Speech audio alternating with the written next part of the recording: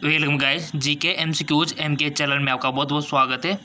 Subscribe कीजिए GK MCQs MK channel को और पाए रोजाना मल्टीपल चॉइस क्वेश्चन जो आपके एंट्रेंस एग्जाम कंपटीशन एग्जाम के लिए बहुत हेल्पफुल है।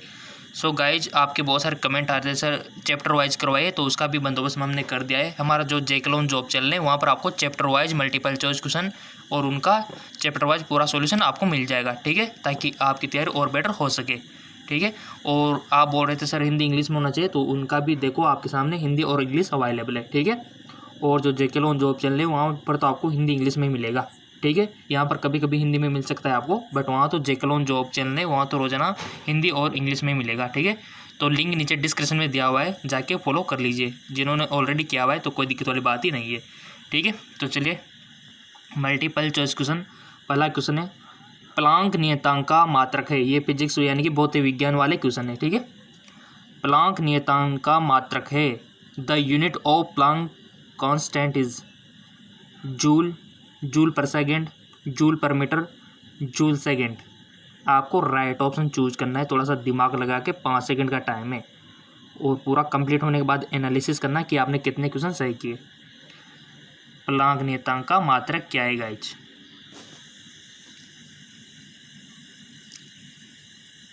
आई होप आपने वन ऑप्शन सेलेक्ट कर लिया होगा। इसका जो राइट ऑप्शन हो जाएगा 4 यानी कि जूल सेकेंड, इसका राइट ऑप्शन हो जाएगा। चलते आगे की ओर, ऐसे क्वेश्चन बनते हैं गाइस, ठीक है। थोड़ा सा एडजस्ट कर लेते हैं ताकि आपको दिक्कत ना हो। इसको भी, किसी वस्तु के लिए औसत वेग और औसत चाल के संख्यात्मक मानों का अनुपात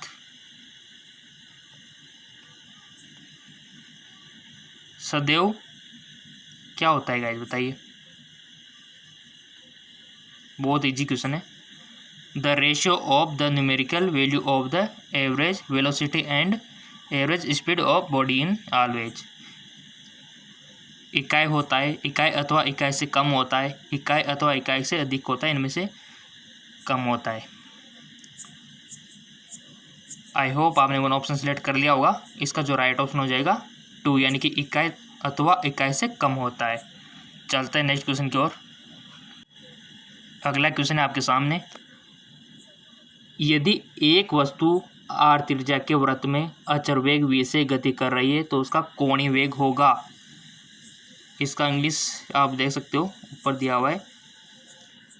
if the body is moving in a circle operation with constant speed v it angular velocity.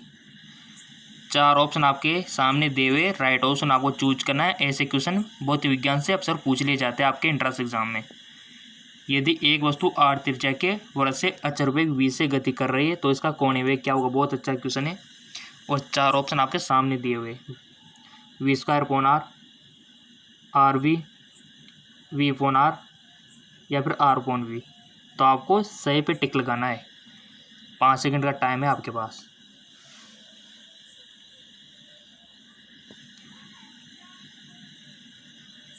I hope आपने वन ऑप्शन सेलेक्ट कर लिया होगा। चेक नाउ, इसका राइट ऑप्शन हो जाएगा 3 वाला, ठीक है, v/r। याद कर लेना, क्वेश्चन बन सकता है। चलते आगे की ओर। अगला क्वेश्चन है डीसी के लिए एक कुंडली का प्रतिरोध 5 ओम है, एसी के लिए प्रतिरोध कितना होगा? The resistance of the coil for DC is 5 ohm. In case of AC the resistance will 5 ohm ही रहेगा, या फिर डिक्रीज होगा यानी कि घटेगा, इंक्रीज होगा, बढ़ेगा, या फिर 0 रहेगा। बहुत अच्छा क्वेश्चन है, तो आपको सोच समझ के थोड़ा सा इसका आंसर सही बताना है। आई होप आपने भी टिक मार्क लगा लिया होगा। इसका राइट ऑप्शन हो जाएगा ऑप्शन सी यानी कि इंक्रीज होगा, बढ़ेगा, ठीक है। चलते अगले क्वेश्चन की ओर। अगला क्वेश्चन है वायु से एक उत्तल लेंस की फोकस दूरी 10 सेंटीमीटर है। यहाँ से भी क्वेश्चन बनता है उत्तल लेंसों से दर्पण से। 100% है, दर्पण और लेंसों से क्वेश्चन बनता ही बनता है। वायु से एक उत्तल लेंस की फोकस दूरी 10 सेंटीमीटर है, जल में उसकी फोकस दूरी होगी, बताइए। 30 centimetre, 4 centimetre, 40 centimetre, 10 centimetre. Guys preparation कर लो, आपका जो लाइफ है वो सेटल हो जाएगी अगर आपका सिलेक्शन हो जाता है, ठीक है। और आपकी वैल्यू कुछ अलग ही हो जाएगी, यानी कि आपके जो रिलेटिव है, आपके फैमिली वाले आपका अलग ही रेस्पेक्ट करेंगे, अलग ही फीलिंग आएगी, बस आपका सिलेक्शन हो जाए, ठीक है। आपकी डिमांड बढ़ जाएगी। तो अच्छे से प्रैक्टिस करो, मैं करवा रहा हूँ, जो भी हेल्प लेनी है मुझसे लो, ठीक है। और मैंने बताया रखा कि अगर आपके पास टाइम रहता है तो एनसीईआरटी ज़रूर, वो तो रोजाना है एनसीईआरटी, तो 11th और 12th, और बाकी वीडियो देख लिया करो। ये एमसीक्यूज में करवा रहा हूँ, तो आपने भी सिलेक्ट कर लिया होगा वन ऑप्शन। वाई में एक तो लेंस की फोकस दूरी 10 सेंटीमीटर है, तो जल में उसकी फोकस दूरी होगी। इंग्लिश का भी सारा ले सकते हो आप। Focal length of convex lens is air in 10 centimetre, it focal length in water will be 34, 14, 10। I hope आपने टिक लगा दिया होगा। इसका जो राइट ऑप्शन हो जाएगा ऑप्शन सी, यानी कि 40 सेंटीमीटर होगी, ठीक है। जल में उसकी फोकस दूरी कितनी होगी? 40 सेंटीमीटर। ऐसे क्वेश्चन बनते हैं गाइस। चलते आगे की ओर। अगला क्वेश्चन है आपके सामने, जब प्रकाश का परावर्तन होता है तो निम्न में से क्या परिवर्तित नहीं होता है? जब प्रकाश का परावर्तन होता है तो निम्न में से क्या परिवर्तित नहीं होता है, यानी कि आपको पता होना चाहिए कि प्रकाश का परावर्तन में क्या क्या परिवर्तित होता है। When the light is reflected which of the flowing does not change. तरंगदैर्घ्य यानी कि वेवलेंथ, एम्पलीट्यूड यानी कि आयाम, वेलोसिटी यानी कि वेग, फ्रिक्वेंसी जिसको आप आवृत्ति बोलते हो। तो बताइए गाइस कौन सी चीज़ परिवर्तित नहीं होती? मोस्ट इंपॉर्टेंट क्वेश्चन, और गांठ बांध लेना, ऐसे क्वेश्चन बनते हैं। प्रकाश का परावर्तन के नियम तो पता होंगे ना आपको, तो कोई दिक्कत वाली बात नहीं है। टिक लगा लिया? 5 सेकंड खूब है। Check now. ऑप्शन डी, आवृत्ति परिवर्तित नहीं होती, बाकी सब कुछ चेंज हो जाता है जब प्रकाश का परावर्तन होता है, जब प्रकाश रिफ्लेक्ट होता है। तरंगदैर्घ्य चेंज हो जाती है, आयाम चेंज हो जाता है, वेग चेंज हो जाता है, बट उसकी आवृत्ति चेंज नहीं होती है, ठीक है। याद रह जाएगा, कोई भी प्रकाश जब रिफ्लेक्ट होता है तो सब कुछ चेंज हो जाता है, बट सब कुछ चेंज नहीं होता है। आवृत्ति क्या परिवर्तन नहीं होता है? तो आवृत्ति परिवर्तन नहीं होती, सब कुछ चेंज हो जाते हैं वो, ठीक है। तरंगदैर्घ्य चेंज हो जाती है, आयाम चेंज हो जाता है, वेग हो जाता है, बट आवृत्ति नहीं होती है, ठीक है। चल ऐसे क्वेश्चन बनते हैं। चलते आगे की ओर। अगला क्वेश्चन है आपके सामने, जब प्रकाश तरंगों का व्यतिकरण होता है तो निम्न में से क्या सुरक्षित रहता है? विच of the following is conserved when light wave interference, यानी कि जब प्रकाश तरंगों का व्यतिकरण होता है तो निम्न में से क्या संरक्षित रहता है? इंटेंसिटी जिसको आप तीव्रता बोलते हो, एनर्जी ऊर्जा, एम्पलीट्यूड आयाम, यानी कि मोमेंटम संवेग। तो क्या सुरक्षित रहता है गाइस? राइट ऑप्शन आपको बताना है। सब पढ़ के आए हो आप 11th 12th में। टिक लगा दो, 5 सेकंड का टाइम आपके पास है। आई होप आपने वन ऑप्शन सेलेक्ट कर लिया होगा। इसका राइट ऑप्शन हो जाएगा ऑप्शन बी, यानी कि एनर्जी ऊर्जा सुरक्षित रहती है, ठीक है। चलते आगे की ओर। नेक्स्ट है, एक बीटा कण रेडियोधर्मिता नाभिक द्वारा किस रूपांतरण के समय उत्सर्जित होता है? न्यूट्रॉन का प्रोटॉन में, प्रोटॉन का न्यूट्रॉन में, न्यूक्लियॉन का ऊर्जा में, पॉजिट्रॉन का ऊर्जा में। Beta particle is emitted by radioactivity nucleus at the time of conservation of. सही आंसर पे टिक लगा दो गाइज, 5 सेकंड का टाइम है।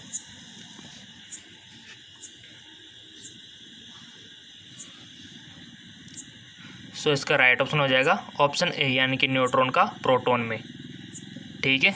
चलते आगे की ओर। अगला क्वेश्चन है आपके सामने, एक पीएन संधि की मोटाई का क्रम होता है। क्वेश्चन यहाँ से भी बनता है पीएन जंक्शन से 100%, 100 क्या 101% मान लो आप, तो इतना परसेंट इसके चांसेज है। तो ये चैप्टर तो आपको पूरा याद करना है। पीएन संधि की मोटाई का क्रम होता है, PN junction has thickness of order. PN junction has thickness of the order of. PN संधि की मोटाई का क्रम क्या होता है? 1 सेंटीमीटर, 1 mm, 10⁻⁻6 मीटर, 10⁻12 सेंटीमीटर। बता दो गाइज PN संधि की मोटाई का क्रम क्या होता है? ऐसे क्वेश्चन आते हैं आपके इंट्रेंस एग्जाम में। और ये जो चैप्टर है आपके 12th में, यहाँ से 100% क्वेश्चन आता है गाइज। आई होप आपने टिक मार्क लगाया होगा किसी वन पे। तो इसका जो राइट ऑप्शन हो जाएगा वो होगा ऑप्शन सी, यानी कि 10⁻6 मीटर। ठीक है, इस पे हमको टिक मार्क सही है। ठीक है, चलते आगे की ओर। नेक्स्ट क्वेश्चन भी हमारा PN जंक्शन सही है। अग्र अभिनीति में PN संधि डायोड के विगत रोधिका की चौड़ाई। In forward with the width of the potential barrier in PN junction diode increase decrease, एक समान रहती है, रिमाइनिंग सेम, पहले बढ़ती है फिर घटती है, प्रीस्टली इंक्रीज देन डिक्रीज। अग्र अभिनीति में PN संधि डायोड के विगत रोधिका की चौड़ाई। टिक सही लगाना है आपको गाइस। आई होप आपने टिक लगा दिया होगा। इसका जो राइट ऑप्शन हो जाएगा ऑप्शन बी, यानी कि डिक्रीज होती है, घटती है। चलते आगे की ओर। नेक्स्ट हमारा most important question, Zener diode का उपयोग किया जाता है। Zener diode is use for rectification यानी कि दृष्टकारी में, मॉड्यूलेशन यानी कि मॉड्यूलेशन में, डिटेक्शन यानी कि खोज में, वोल्टेज रेगुलेशन यानी कि वोल्टेज के नियंत्रण में। जेनर डायोड का उपयोग कहाँ पर किया जाता है? बहुत अच्छा क्वेश्चन है। टिक लगा दिया होगा आपने भी। 5 सेकंड खूब होते हैं, क्योंकि इंट्रेंस एग्जाम में इतना टाइम आपको नहीं मिलेगा। चेक ना हो, इसका राइट ऑप्शन हो जाएगा डी। ठीक है, वोल्टता नियंत्रणता। देखो गाइस, जैसे आप इंट्रेंस एग्जाम देते हो उसके बाद जो आपका रिजल्ट आता है ना, अगर रिजल्ट के टाइम पे आपको थोड़ी सी खुशी देखनी ना, तो उसके लिए अभी तैयारी थोड़ी हार्ड करनी होगी आपको। ठीक है, तभी खुशी वहाँ पर मिलेगी आपको। अगर आप अभी तैयारी नहीं कर रहे हो तो कोई उम्मीद मत रखना कि रिजल्ट के टाइम पे आपको खुशी मिले। ठीक है, तो जितना हो सके हार्ड वर्क कीजिए, फिजिक्स केमिस्ट्री बायोलॉजी को फॉलो कीजिए, ताकि आपके अच्छे खासे नंबरिंग आ सके। और मैं हमेशा बोलता हूँ कि आज के टाइम पे इंट्रेंस एग्ज़ाम इतना हार्ड हो गया है कि सिलेक्शन हो जाना बहुत बड़ी बात होती है। ठीक है, तो आपको तो बस मल्टीपल चॉइस क्वेश्चन करने हैं, जो मैं करवा रहा हूँ, और थोड़ा सा आपको अपने नोट से वो पढ़ने हैं, हो जाएगा आपका सिलेक्शन। बिल्कुल भी फिक्र आपको नहीं करनी है। ठीक है, और हमारे चैनल पर बने हो तो बहुत बहुत धन्यवाद, आपको सब कुछ मिलेगा यहाँ पे। चलते आगे की ओर। अगला क्वेश्चन है आपके सामने, चुंबकीय प्रेरितत्व का विमेय सूत्र है। The dimensional formula of magnetic induction. विमेय सूत्र भी पूछ लिया जाता है गाइस आपके एंट्रेंस एग्जाम में, तो थोड़ा सा आपको विमेय सूत्र आना चाहिए। ठीक है ना, ये टॉपिक मैं आपको बता रहा हूँ क्वेश्चन कहाँ से आते हैं, क्योंकि आपकी पूरी बुक से तो नहीं आते, कुछ छोड़ के यहाँ पर आप देख सकते हो इस प्रकार से क्वेश्चन बनते हैं। टिक लगा दीजिए। 4 ऑप्शन आपके सामने मैंने अवेलेबल करा दिए, तो इसका राइट ऑप्शन हो जाएगा ऑप्शन बी। ठीक है, ये वाला इसका राइट ऑप्शन हो जाएगा। ठीक है, चलते आगे की ओर। नेक्स्ट आपके सामने बहुत ही अच्छा क्वेश्चन है गाइज। एम द्रव्यमान और आर त्रिज्या के ग्रह पृथ्वी से एम द्रव्यमान के गोले का प्लान वेग होगा। Most important question. एम द्रव्यमान और आर त्रिज्या के ग्रह पृथ्वी से एम द्रव्यमान के गोले का प्लान वेग होगा। The escape velocity of A sphere of mass m from earth having mass m and radiation r give by। 4 option आपके सामने दिए हुए, √2 gm/r, 2 √gm/r, √2 gm/m capital M small m/r, या फिर √2 gm capital M small m and r। लगा दो सही टिक। एक और ऑप्शन है अंडर GM/R। तो आपको सही टिक लगाना है। क्वेश्चन आपने पहले पढ़ लिया है, एक बार और आपको दिखा देता हूँ। M द्रव्यमान और R त्रिज्या के ग्रह पृथ्वी से M द्रव्यमान के गोले का पलायन वेग होगा। तो ये 4 ऑप्शन देख लीजिए और आपको सही टिक मार्क लगाना है।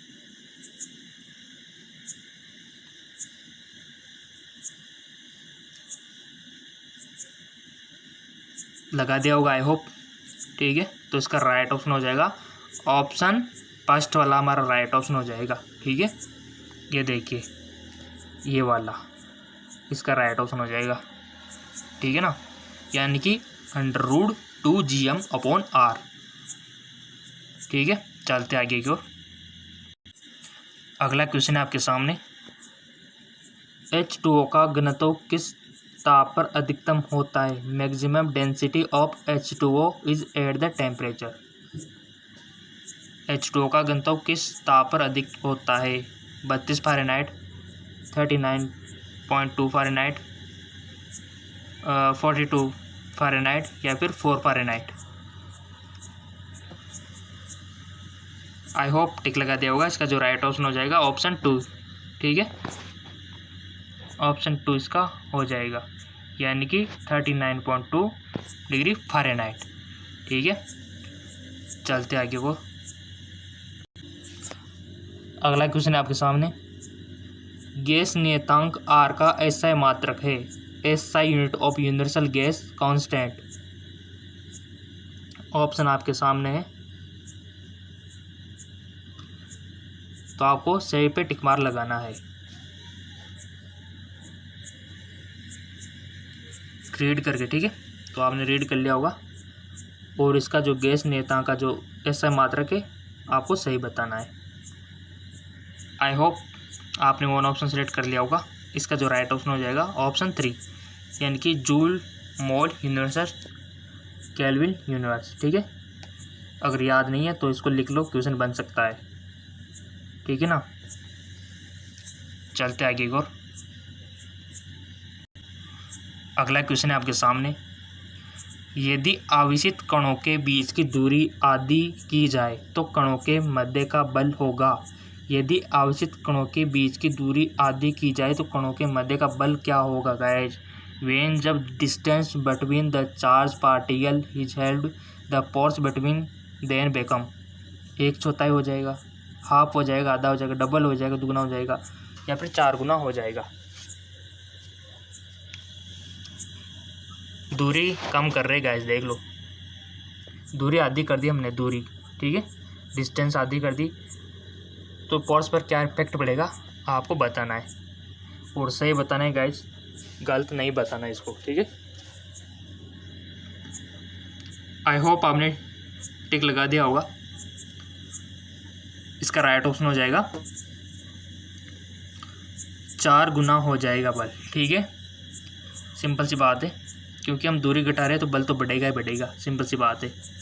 आवेशित कणों के बीच की दूरी को हम क्या कर रहे हैं, तो कूलॉम का नियम तो सबने पढ़ा होगा, नियम पढ़ रखे होंगे तो कोई दिक्कत आने वाली नहीं है। मैंने हमेशा आपसे बोल रखा है कि भौतिक विज्ञान में नियम रूल तो सारे याद करने हैं आपको, जितने भी लेंज के नियम है, आपके कूलॉम के नियम है, ठीक है, बाएं हाथ का नियम है, दाएं हाथ का नियम है, बहुत सारे नियम आपके हैं, तो आपको याद करना है, ठीक है। आर्किमिडीज का सिद्धांत है, बहुत सारे आपके यहाँ पर नियम दिए हुए, तो उनको एक पेज में लिख लेना चाहे तो आप, क्योंकि ये जो नियम है ना, ये हर जगह अप्लाई करना पड़ता है जहाँ पर इनका क्वेश्चन आता है, ठीक है। चलते आगे की ओर। अगला क्वेश्चन है, 3 संधारित्रों को श्रेणी क्रम में रखा जाता है जिनमें प्रत्येक की धारिता 2 फैराडे है, परिणामी धारिता होगी। 3 conditioner each of capacitance 2 F/R foot in series, the resulted capacitance is। संधारित्र तो आप सब जानते हैं, कैपेसिटर, ठीक है, तो उनको श्रेणी क्रम में लगाया हुआ है। इस प्रकार के होते हैं, आपके पंखे वगैरह भी लगे होंगे कूलर में, देखना इस प्रकार गोल गोल से, वाइट वाइट से, तो इनको आप कैपेसिटर बोल सकते हो, ठीक है। इनको श्रेणी क्रम में अटैच कर दिया है, तो रिजल्टेड क्या होगा बताइए। 6 फैराडे, 3/2 फैराडे, 2/3 फैराडे या फिर 5 फैराडे। हाँ बिल्कुल श्रेणी क्रम में जुड़ा हुआ है। फॉर्मूला अप्लाई करो और पाओ आंसर। आई होप आपने कर लिया होगा गाइज। इसका जो राइट ऑप्शन हो जाएगा ऑप्शन 3, ठीक है, यानी कि 2/3 फैराडे। कितना इजी क्वेश्चन है, ठीक है। चलते आगे की ओर। अगला क्वेश्चन है आपके सामने। निम्न में से कौन सा प्रभाव उत्क्रमणीय नहीं है? विच of the following is not reversible? Joule effect यानी कि जूल प्रभाव, पेल्टियर प्रभाव, सॉबेक प्रभाव, थॉमस इफेक्ट। रिवर्सिबल नहीं होना चाहिए, यानी कि आपको पता होना चाहिए कौन कौन सी चीज़ें रिवर्सिबल है, ठीक है। तो यहाँ पर जो आपके सामने 4 ऑप्शन दिए हुए उनमें से 3 चीज़ें रिवर्सिबल है, तो आपको 1 सेलेक्ट करना है जो रिवर्सिबल नहीं है, नॉट रिवर्सिबल। आई होप कर लिया होगा। 5 सेकंड का टाइम और दे देता हूँ।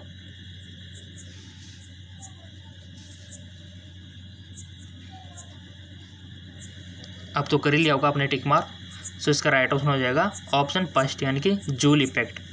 तो ये जो नॉट रिवर्सिबल है, बाकी सब क्या है, रिवर्सिबल है। तो आप अपनी नोटबुक में भी लिख सकते हो कि ये चीज़ें रिवर्सिबल है, ठीक है। यहाँ से आपको ये नॉलेज मिली है इस क्वेश्चन से। और जूल प्रभाव नहीं है रिवर्सिबल, ठीक है। तो चलते आगे की ओर। अगला क्वेश्चन है आपके सामने। साइक्लोट्रॉन का उपयोग निम्न में से किसे त्वरित करने के लिए किया जाता है? इलेक्ट्रॉन को, न्यूट्रॉन को, धनायन को या फिर ऋणायन को? साइक्लोट्रॉन का उपयोग निम्न में से किसे त्वरित करने के लिए किया जाता है? लगा दो सेट पे टिक मार्क। आई होप लगा दिया होगा। इसका जो राइट ऑप्शन होगा वो होगा ऑप्शन 3, यानी कि पॉजिटिव आयंस, ठीक है। यानी कि इलेक्ट्रॉन जो होता है ना, उसका उपयोग निम्न में से किसे त्वरित करने के लिए किया जाता है? धनायन को त्वरित करने के लिए। ओके, चलते आगे की ओर। नेक्स्ट क्वेश्चन है आपके सामने, मोस्ट इंपॉर्टेंट, और ऐसे क्वेश्चन पूछे जाते हैं यूनिट से रिलेटेड। सो गाइस, जितने भी यूनिट है ना आपके फिजिक्स में, उनको रेडी रखना है आपको। क्वेश्चन बनता है 101%। तो यहाँ पर पूछा गया है कि प्रेरकता तत्व की इकाई है, द यूनिट ऑफ इंडक्टेंस क्या? वोल्ट मीटर है, volt ampere, joule ampere, joule second पर एम्पियर या फिर वोल्ट एम्पियर पर सेकंड। सही ऑप्शन आपको यहाँ पर चूज करना है। देख लो, अच्छे से पढ़ लो। प्रेरक तत्व की इकाई यहाँ पर पूछी गई है। यूनिट तो बहुत सारी है आपके, तो उन सबको आपको याद करना होगा, क्योंकि यूनिट बहुत इंपॉर्टेंट है। कौन सी चीज़ को किस में मेज़र किया जाता है, वो उनकी यूनिट होती है। बहुत सारे स्टूडेंट होते हैं जैसे कि आंसर तो बता देते हैं, बट उनको यूनिट्स पता नहीं होती है कि किस में इनको बताना है।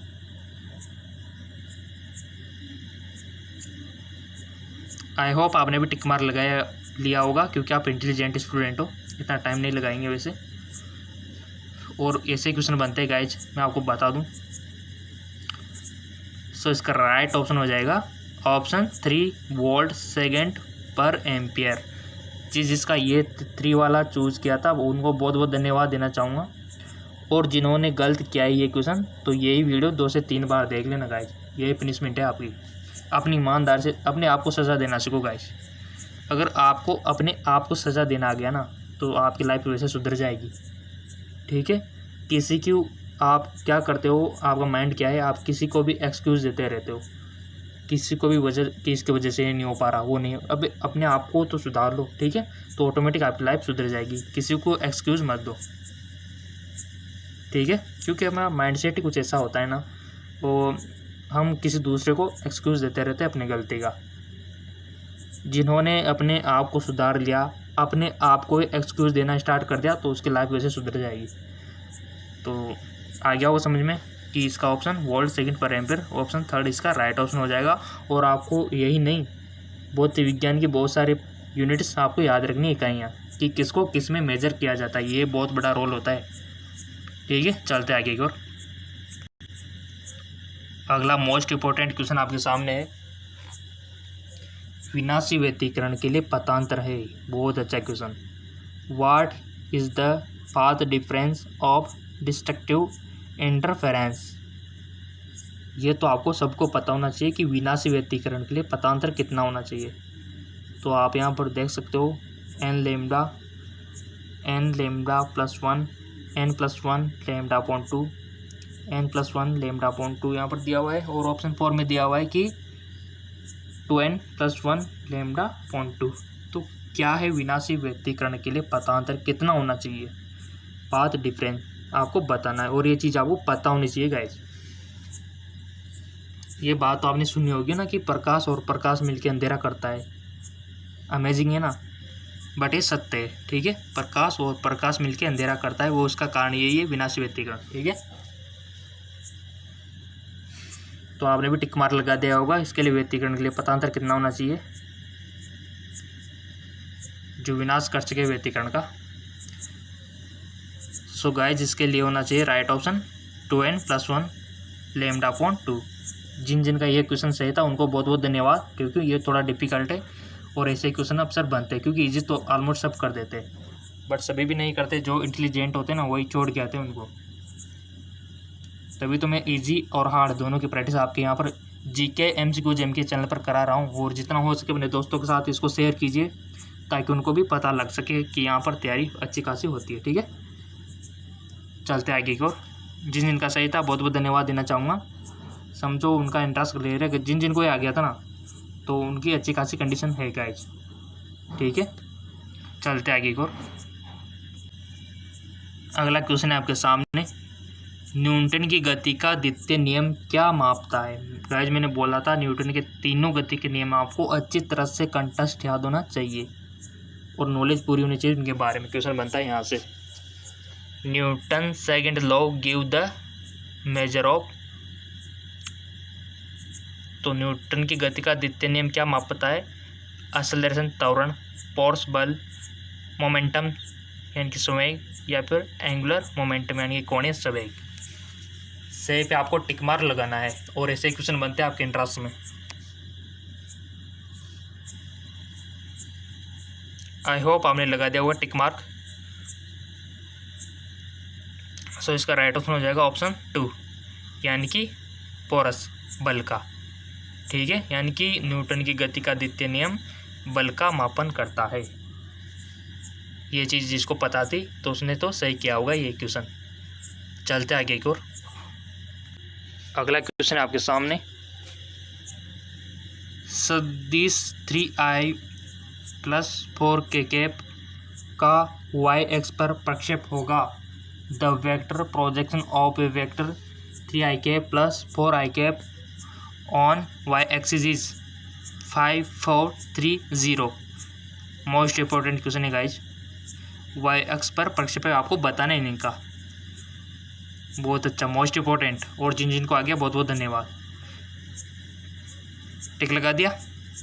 बहुत सारों ने तो 5 पे लगाया होगा, बहुत सारों ने 4 पे, बहुत सारों ने 3 पे, बहुत सारों ने 0 पे। ठीक है, तो देख लेते किन किन का सही है। सो गाइज इसका राइट ऑप्शन हो जाएगा ऑप्शन 4 यानी कि 0।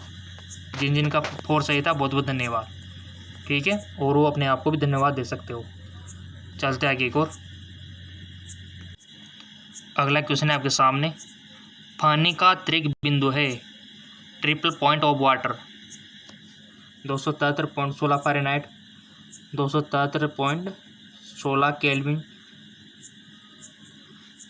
या फिर 273.16 डिग्री सेंटीग्रेड, या फिर 273.16 आर। ट्रिपल पॉइंट आपको बताना है। टिक मार्क लगा दिया। चेक ना, इसका जो राइट ऑप्शन हो जाएगा आपका, और जिनका ये सही जाएगा बहुत बहुत धन्यवाद। ऑप्शन 3 इसका राइट ऑप्शन हो जाएगा 273.16 डिग्री सेंटीग्रेड। ठीक है, ये राइट ऑप्शन हो जाएगा। और जिनका था बहुत बहुत अच्छा, गुड ब्लेस यू। चलते आगे एक और। नेक्स्ट आपका क्वेश्चन, 2 शुद्ध प्रेरक तत्व जिनमें प्रत्येक का 100 प्रेरक तत्व L है। ध्यान से सुनना, दो शुद्ध प्रेरक तत्व जिनमें प्रत्येक का प्रेरक तत्व L है समांतर क्रम में जुड़े हुए यानी कि कंबाइन, किंतु एक दूसरे से काफ़ी दूरी पर है, इनका परिणामी प्रेरक तत्व है। मोस्ट इंपॉर्टेंट क्वेश्चन है गाइस। दो शुद्ध प्रेरक तत्व जिसमें प्रत्येक का प्रेरक तत्व L है समांतर क्रम में जुड़े हुए किंतु एक दूसरे से काफ़ी दूरी पर है, परिणामी प्रेरक तत्व आपको बताना है। Two pure inductor each of self induction L are connected in parallel but are well separate from each other. The total induction is, तो आपके सामने ऑप्शन है 2L, L, L/2, L/4। इसका करेक्ट आंसर आपको बताना है, क्या आंसर हो सकता है। सोच समझ के बताना है, गलती नहीं जाना चाहिए, जितना हो सके सही बताने का प्रयत्न किया करो गाइस, ठीक है। और इससे भी हार्ड चाहिए तो बोल सकते हो कि सर इससे भी हार्ड क्वेश्चन बनाइए, तो वो भी आपके लिए अवेलेबल हो जाएंगे, ठीक है। और जेके लोन जॉब चैनल है, वहाँ पर तो आपको चैप्टर वाइज मिलेंगे, ठीक है ना।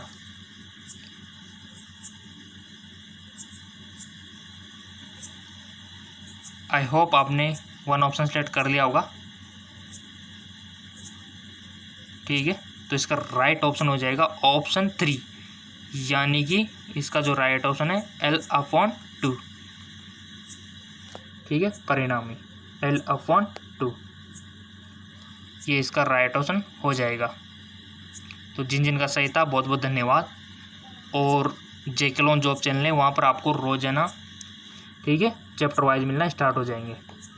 बहुत सारे स्टूडेंट के कमेंट आए थे सर चैप्टर वाइज चाहिए, तो वहाँ पर हम चैप्टर वाइज ही पढ़ेंगे, ठीक है ना। और यहाँ पर तो आपको मल्टीपल चॉइस क्वेश्चन मिलते रहेंगे, तो चैनल को सब्सक्राइब नहीं किया तो प्लीज़ सब्सक्राइब कर लीजिए। और अगर आप बुक परचेज करना चाहते हैं तो लिंक नीचे डिस्क्रिप्शन में दिया हुआ है, और जो जेके लोन जॉब चैनल है उसका भी लिंक दिया हुआ है। और गाइज अगर आपने इस चैनल के सारे वीडियो नहीं देखे ना, तो जाके देख सकते हो, चैनल पर अवेलेबल है, ठीक है। जैसे लोगों पे क्लिक करोगे तो आपको वीडियो का ऑप्शन मिलेगा, वहाँ जाके आप सारे वीडियो रीड कर लीजिए, बहुत इंपॉर्टेंट है, कोई भी वीडियो आपको मिस नहीं करना है, ठीक है। तो जाइए, नीचे डिस्क्रिप्शन में लिंक दिया हुआ है। ओके, धन्यवाद।